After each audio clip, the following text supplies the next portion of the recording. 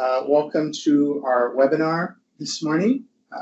We're going to be reviewing or introducing you to MassFlow version 9.1, which is a relatively new product by ITASCA. Our presenter today will be Miguel Fuenzalida. He is a principal geomechanics engineer at ITASCA, Minneapolis. Miguel provides consulting services to underground mining by applying numerical modeling to sequencing, stability, ground support, and mining-induced seismicity. Miguel has extensive experience in sub-level, block, and panel caving projects, from concept to feasibility level, in cave mines in North America, South America, Africa, Eastern Europe, Southeastern Asia, and Australia, where he is specialized in undercut and extraction level design, draw scheduling, forecasting of capability, fragmentation, recovery, infrastructure stability, and surface subsidence. We have a presentation for you, and we will have a time for our question and answer session at the end. So if you have any questions, in the Teams webinar menu at the top, you'll see a Q&A icon. Just click on that, type in your question, and we will review them at the end. So the objective of the webinar is to provide an overview of the features and functionalities available in MassFlow. What it will be covered today will be what is MassFlow, what are the current applications, and what can we use it for, a bit of history behind MassFlow, how did we get here, how does MassFlow work, what is behind the algorithm, the logic behind MassFlow, how to use it. We will describe the sequential modeling of MassFlow. Currently, there are two options of using MassFlow. One is just using it standalone, and another one is to couple it coupled with Flag3D and 3Deck. We will also go through some examples, and we will briefly cover what is next or what are we currently working on to give room at the end of this webinar for questions and answers. So what is MassFlow? MassFlow is a numerical modeling tool that provides analysis of the movement and extraction of fragmented rock under draw. The problem that we are trying to solve here involves a point sink or a draw point at the bottom of a container of cohesionless material. After extraction of a given mass M, two zones can be identified. One is the stagnant zone that corresponds to the static or unmobilized material at an initial low porosity of N0. And two is the isolated movement zone, or IMZ, that defines the limit of the mobilized material that will be at an elevated porosity of N1. If we actually put the amount of mass that has been extracted, this mass M, and we put it back in the container, is what we will call the isolated extraction zone, or IEZ, which corresponds to the original limits of that extracted material. The primary output of the draw analysis that we're doing with MassFlow will include a time or tonnage-based histories of extracted ore grades and other rock properties, plots of material distribution above the draw points, and three-dimensional visualization of the fundamental volumes associated with each draw point, the IMZs and the isolated extraction zones. So one of the advantages of MassFlow compared to other similar flow codes is that this is fast and simple to use. MassFlow is developed within the common ITASCA framework, so people familiar with ITASCA products can use the same interface, and as well as using functionalities such as fish programming language. The inputs to create and construct the models and run them are physical properties, so there are no numerical constants involved in the process. And this is meant for large-scale problems, so in the order of hundreds to thousands of draw points. So what we can see here in the movie is basically an example of an isolated draw point with the plot showing the amount of mass extracted at the bottom of that from the draw point and the corresponding movement of the material on top of it. So what are MassFlow current applications? So MassFlow is intended to be used as a tool for underground mining mainly. This includes block and panel caving mines, sublevel caving mines, open stoping, and also it could be used for open pit and underground interactions problems. MassFlow can be used to optimize the draw point spacing to achieve uniform drawdown and minimize isolated draw. Optimize as well the draw strategy to maximize recovery and minimize dilution. It can be used as well to understand the potential impacts of drilling, fines migration, and secondary fragmentation on cave performance, track flow and mixing of material within the cave or stope, as well as estimate the cave growth and subsidence impact on the surface when it's coupled with any geomechanical models such as Flag 3D or 3DEC.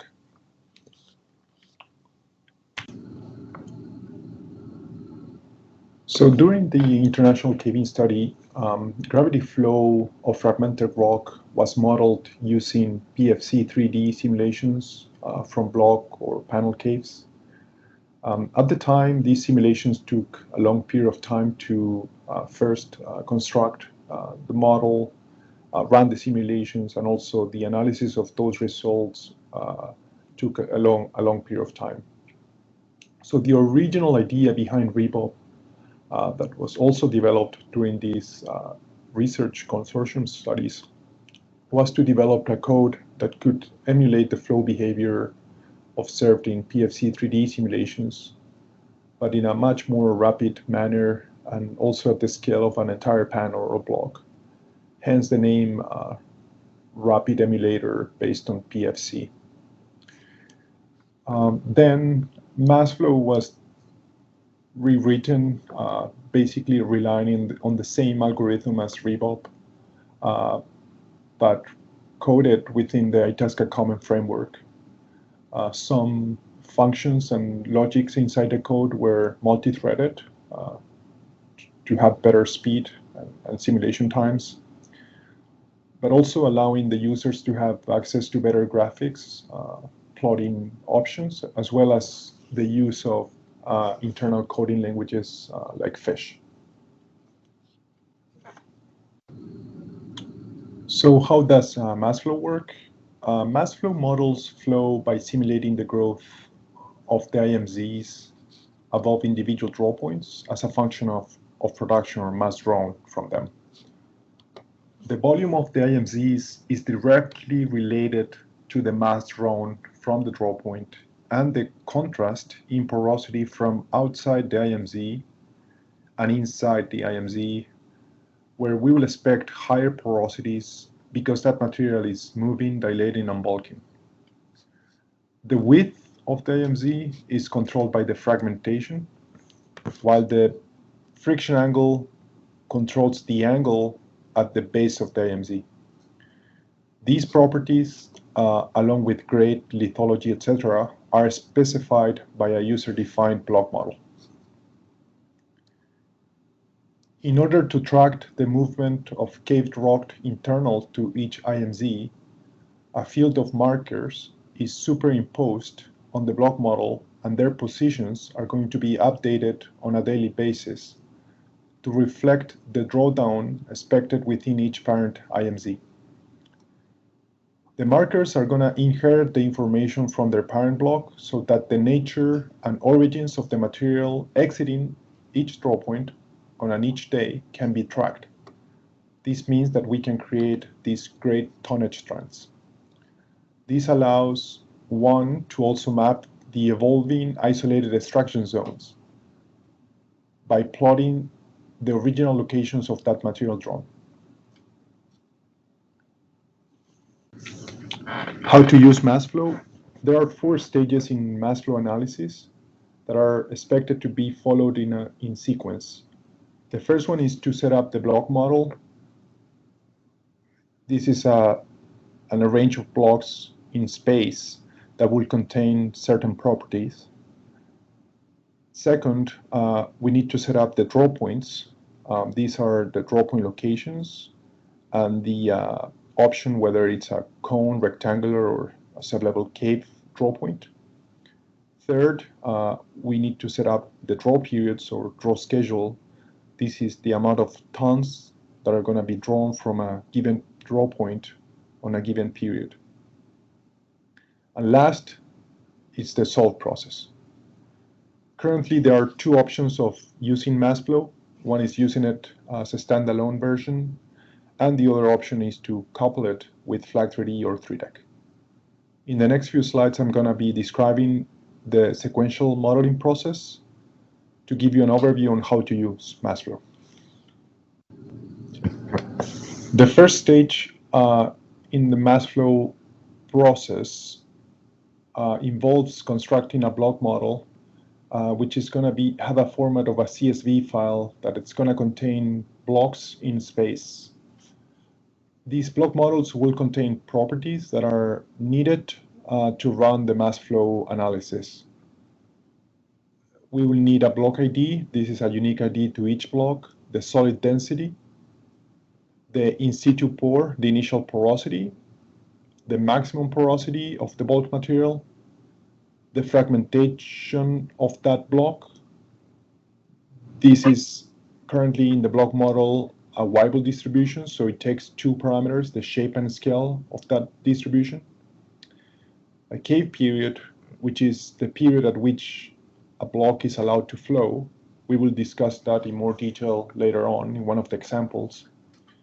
The tensile strength, this is also a Weibull distribution of shape and scale parameters that will only applied when we are studying the secondary fragmentation analysis. And also we can include grades, such as copper, gold, NSR, rock type, etc. The second stage in the MassFlow process analysis is going to be the setting up the draw points. So these are 2 CSV files that contain one, the draw points location in space, so XYZ inputs, and the CSV file containing the drawable geometry parameters. This will dictate whether the draw point has a cone, rectangular, or sublevel cave shape.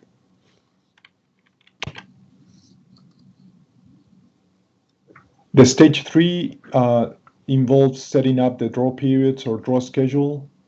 This is a CSV file that contains the tonnage to be drawn per draw point and per period. The period length is the number of days, and the draw points listed in this file need to exist or need to be listed in the previous stage before we assigned any tonnage to them.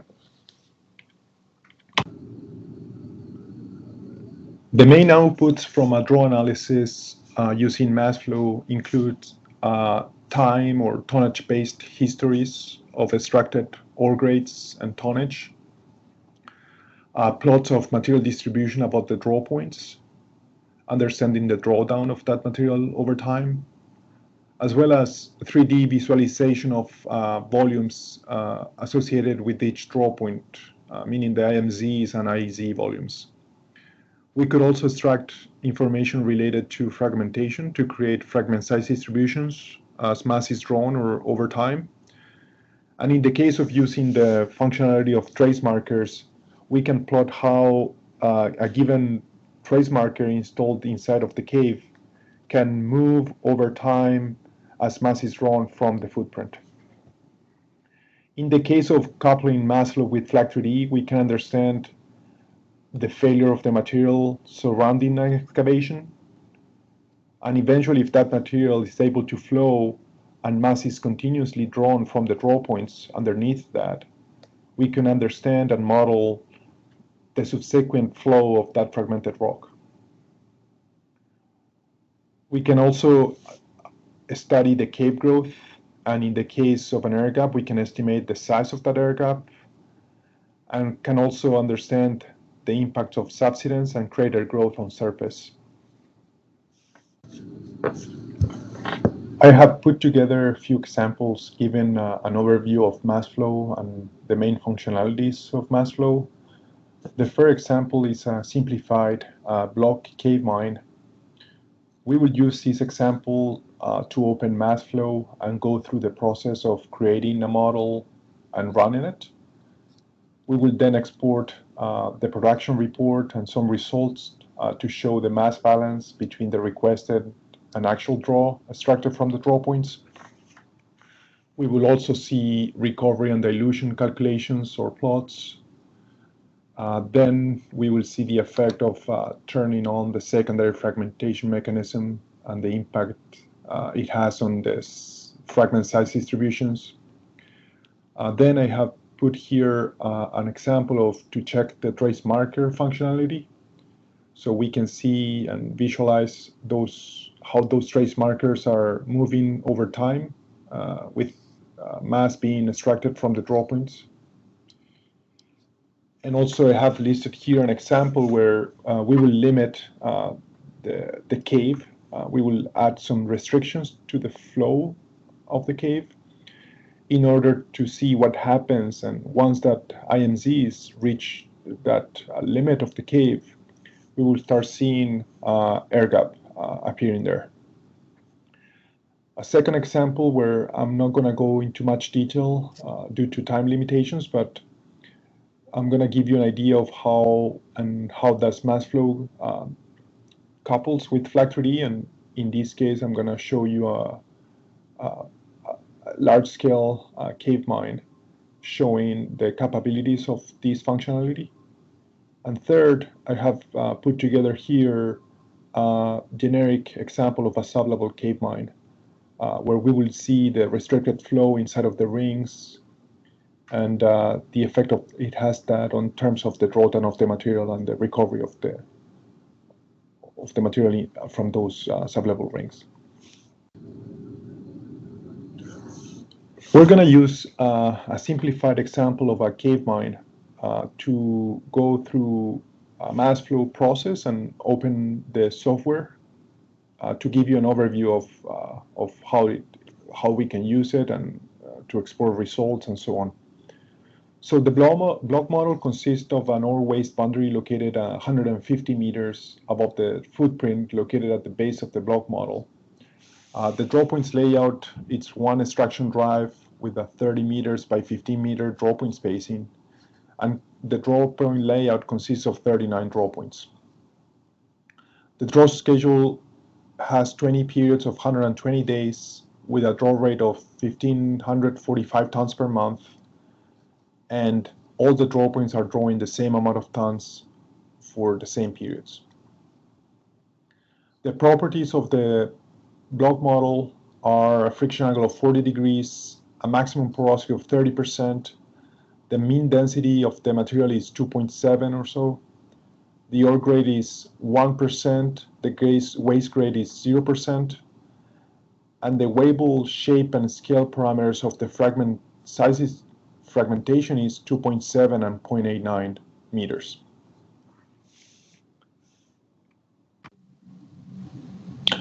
What we will see from the model results after running that simplified case, it's going to be the drawdown of the material, or how that waste is mobilizing and entering the draw points over time, as I'm showing here with the video. We will also check the mass that has been extracted versus the requested mass that it's given in the draw schedule. So we will confirm that the mass balance is correct. It's occurring in MassFlow, as we can see here in the top right plot. We could also check the ore and waste entering the draw points based on the percent drawn. So we can create these type of typical plots that are used to understand recovery and dilution over time. We will also check the fragment size distribution, and other things that we can be checked is the height of the stagnant zone, as well as height of interaction zone inside of the mobilized material. When understanding the role of secondary fragmentation mechanism being on during the simulations that we will check, we will see the effect of this mechanism in the size distribution, as I'm showing here on the right. So basically this plot is a fragment size distribution in the log scale on the x-axis, showing the effect of having that secondary fragmentation mechanism turned off and on. So what we can clearly see is the fragmentation curve shifting to the left and rotating, basically showing a large percentage of fines, where when we have the secondary fragmentation turn off, this is not the case. So this secondary fragmentation logic relies basically on Bridgewater shear-induced experiments. And this is where the tensile strength parameters that are going to be used as input in the block model are going to be important. So the Weibel's the Weibel distribution, the shape and scale parameters in the block model are going to become relevant only when we have the secondary fragmentation turn on. The other functionality that I wanted to share with you today was the use of the trace markers inside of the cave. So these trace marker logic help us to understand and sort of map given markers inside of as they're moving with over time, or as mass is drawn from the draw points. So we can actually check and visualize the movement of those trace markers in space. For this, we will require a CSV file that has as input the location in space, so XYZ.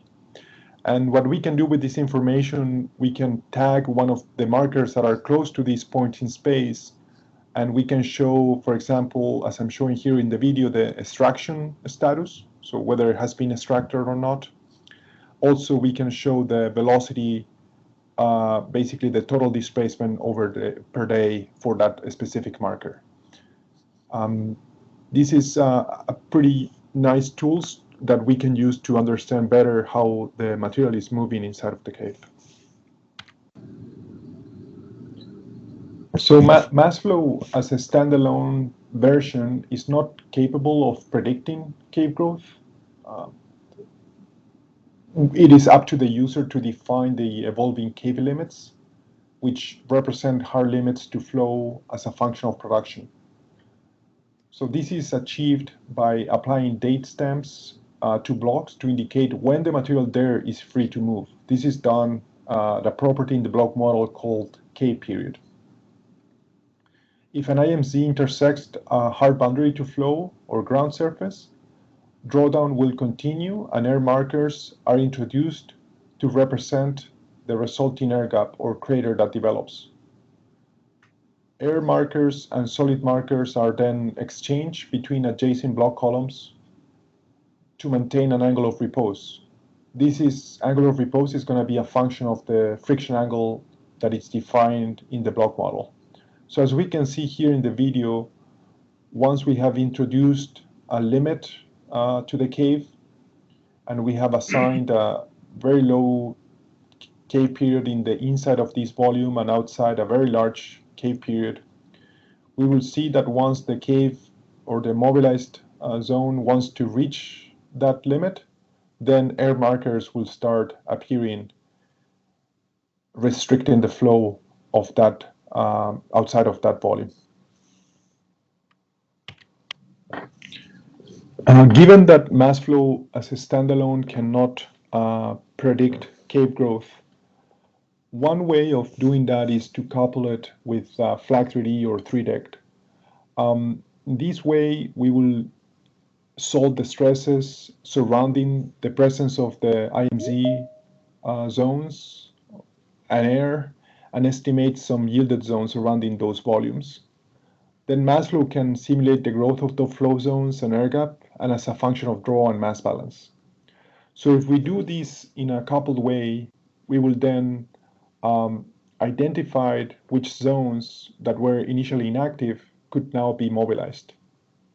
This process can continue until the production schedule is completed. Then the simulation is done.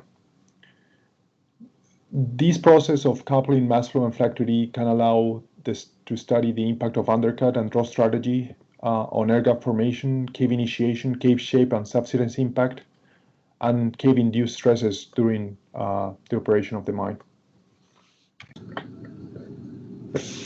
The way the Flag3D MassFlow coupling process occurs is, on one hand, we will have the Flag3D model that takes as inputs the in situ stress conditions and rock mass properties, where we could explicitly model the drawbells and undercut rings.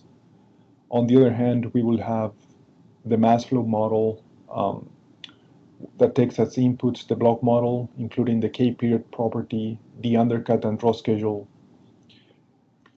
The blocks initially in MassFlow are going to be all inactive, having a K period that is very large, except the material that is expected to be blasted within the undercut and drawbells. This material is going to be flowable from day one or following the undercut blasting sequence.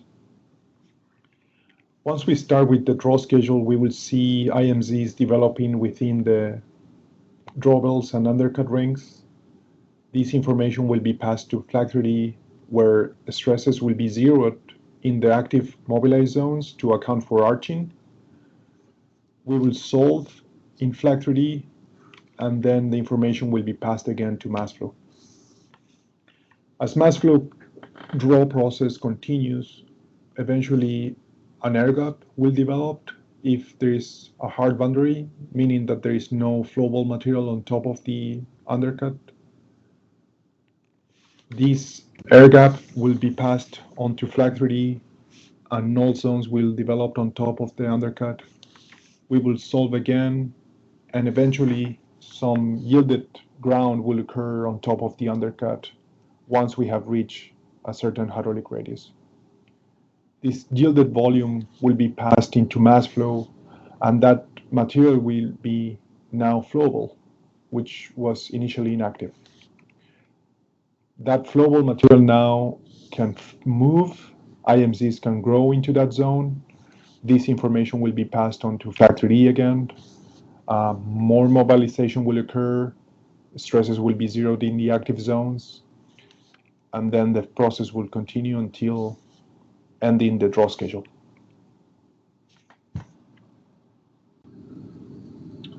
Here's an example of an actual large-scale cave mine using the coupled MassFlow Flag3D process.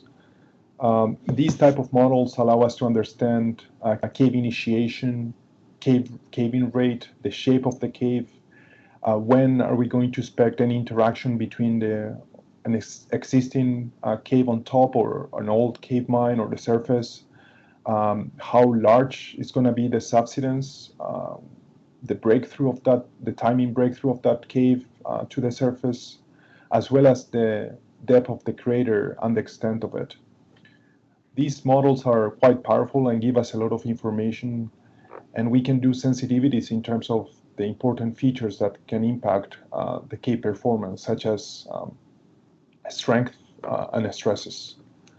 The other nice feature of coupling the MassFlow and Flag3D is that we can see the effect of the cave-induced stresses on the footprint underneath the cave and the potential impacts that it has on the stabilities of those excavations. So I put together here an example of sub-level cave mine to show MassFlow capabilities under these type of problems. In general, flow within a sub-level ring is going to be more complicated than a block or a panel cave type of draw point. This is because flow is going to be bounded by a solid surface on one side, and also the ring material, it's going to be controlled strongly by blasting. Marker trials conducted at Ridgeway Mine have shown evidence that only a portion of the ring is extracted when it is first drawn. This is referred to as primary recovery. In MassFlow, to account for these type of conditions, we have a bounding box called the disturbed flow zone, or DFZ, here shown in red. That's going to restrict the growth of the IMZ to account for the characteristics of the flow expected in a sublevel ring.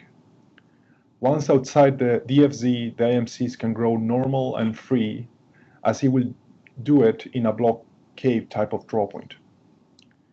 In general, it's going to be, the primary recovery is going to be expected to be low, and it can be improved substantially through extraction from the levels below.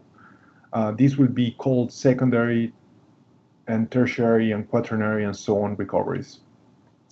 In this specific problem, the idea is to show how the waste is going to move and mobilize as a functional draw, given geometry and design of crosscut spacing and sublevel spacing, and a typical draw strategy where we will increase the draw as we go from top to bottom.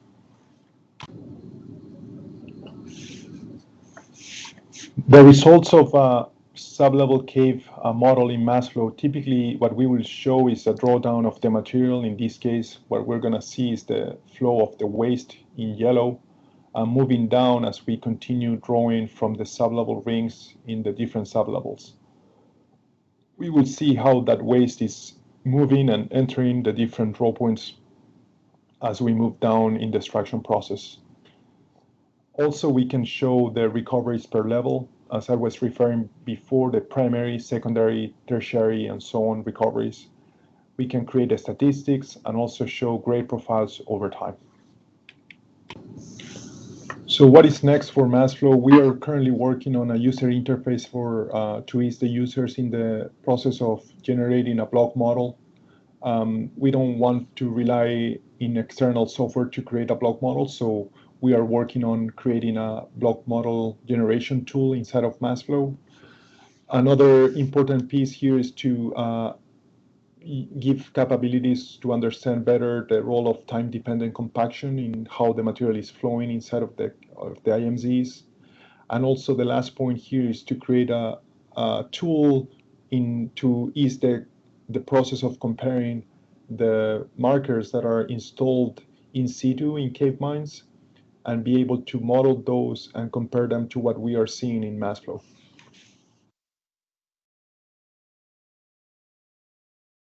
So the idea here is to give you an overview of how to use MassFlow as a live demo.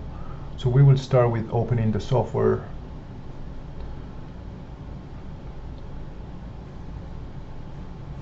First, it will ask you, as any other ITASCA software, whether you want to open a new project or an existing project.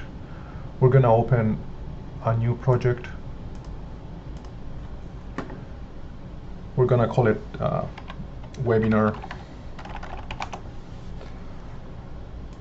And then there are two ways of starting a new project in MassFlow. One is to import the data directly by using this feature here, so we can start importing the block model. We will select then the mine blocks. Here we're gonna see a window that shows the data that we are importing in the block model. So it will contain the eastern, northern, and elevation positions of each block, the cave period, the block ID, the solid density, in situ and maximum porosities, the friction angle, the primary frag shape and scale parameters of the Weibull distribution, the same for the tensile strength, the shape and the scale, some additional parameters for fines migration calculations, and at the end we will have any grades that we would like to add in the block model. So we're gonna click OK. Then that process of importing the mine block is happening here in the progress bar at the bottom.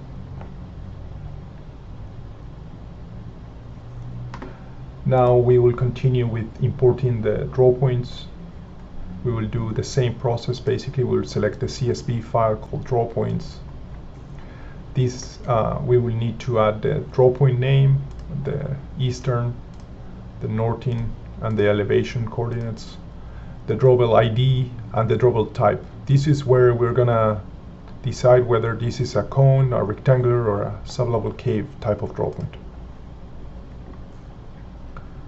So we add that. It tells us that we have 38 draw points in there.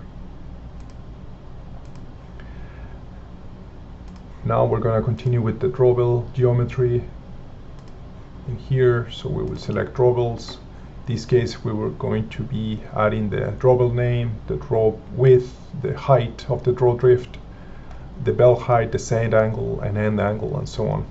In the case of having a sublevel cave ring or draw point, we will need to add all these other constant or information in there.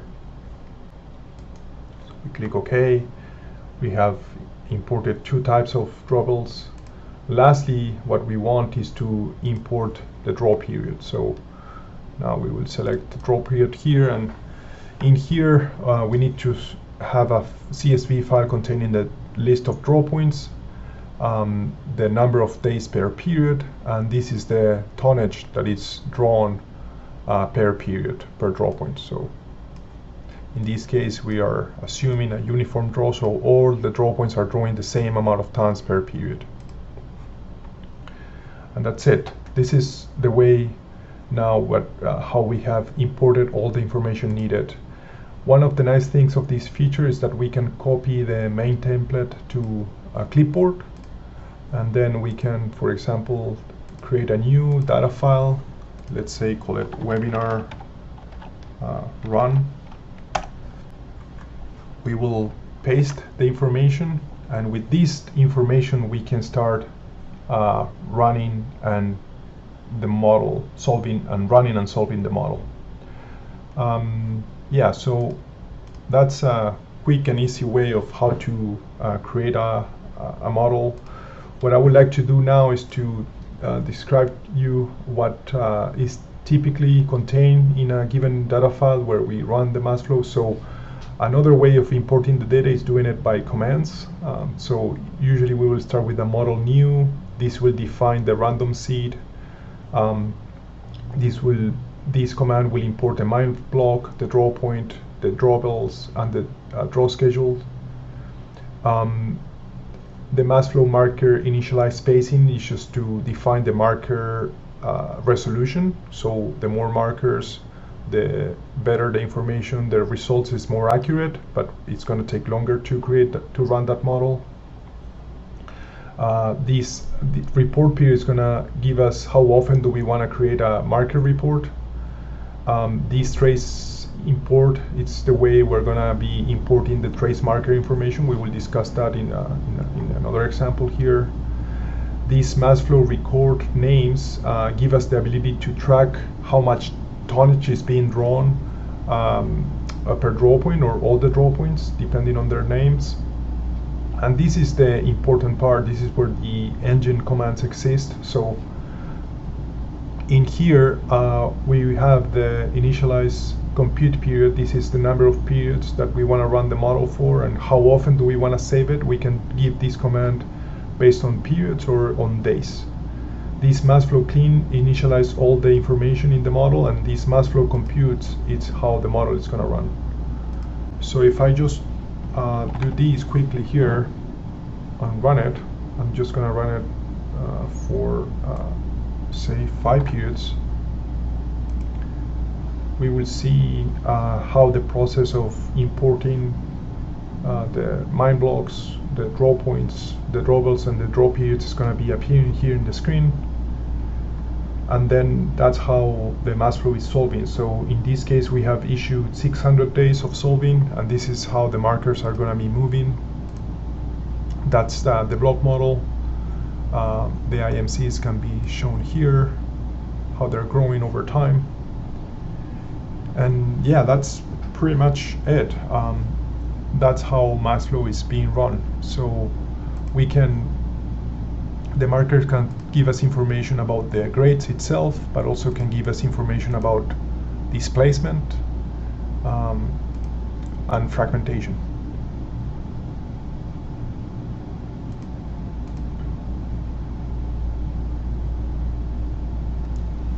So yeah, that's kind of nice characteristics. I'm gonna turn off the IMC and I'm gonna show you how the draw points look here. So there are like 38 draw points, and that's where my cut plane of the mine block model is right there. The markers, yeah, it's somewhere there. So we're just gonna be moving that clip box more to the center. We're there. I'm gonna decrease it, say, by 10.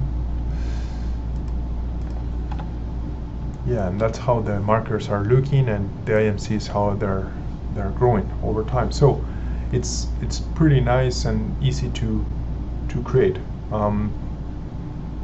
Once the fragmentation or the MassFlow completes its computation time, I want to show you how to export certain data from it.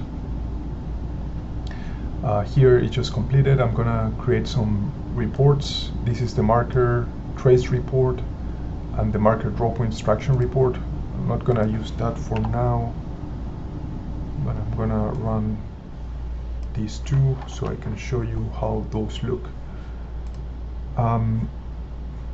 So that MassFlow marker size distribution basically it's just gonna create the markers, the size distribution for us as a table. So that's quite nice because it's gonna give us right away, without much post-processing, how the fragmentation is looking at this particular point in time. So this is all the extracted material from the draw points, sieved, and basically created a size distribution for that. So the extraction report is going to look like this. So it's going to be a TXT file, and it's going to give us information on a draw point basis. For example, the period name. So something that I usually do, I just copy and paste this information in an Excel. Like this, so it's going to give us the period, the number of days per period, the cumulative mass, and the period mass, and the ore mass for each draw point. And at the end, we're going to have a summary of all the draw points for all the mass that has extracted and the ore mass located in there.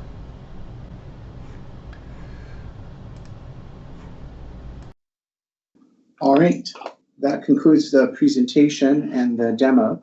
If anyone has any questions, Miguel is online to be able to answer them.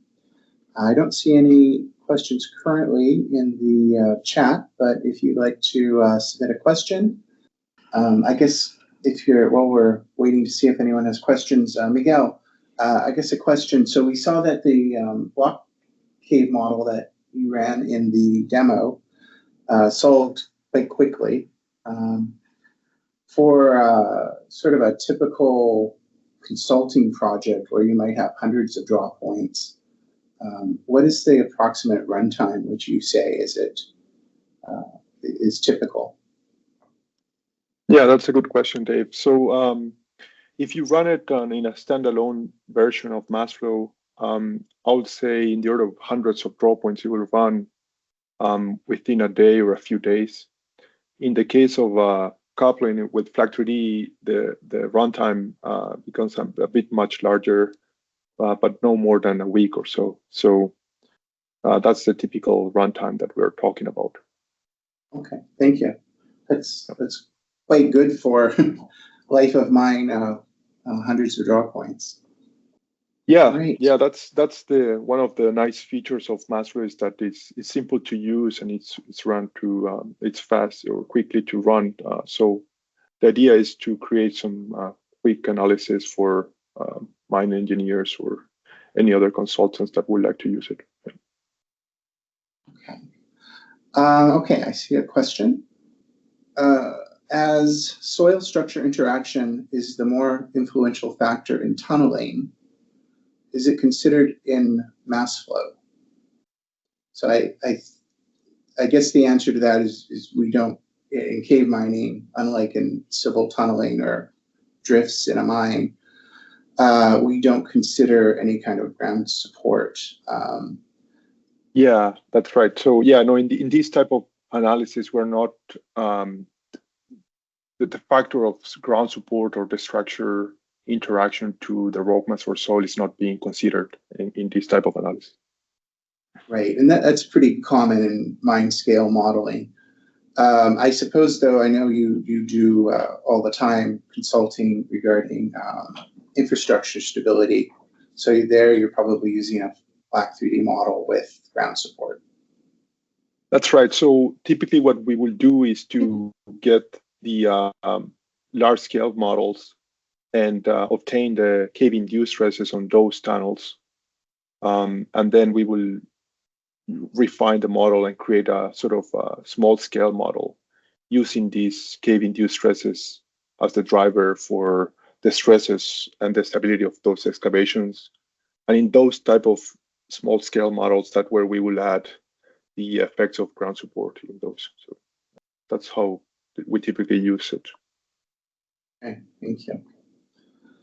And then just an extension of that question was, what are the base model equations used for this material flow?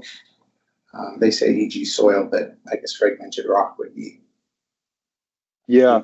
So yeah, those equations come from observations of the PFC 3D simulations that were done back in the 2000s.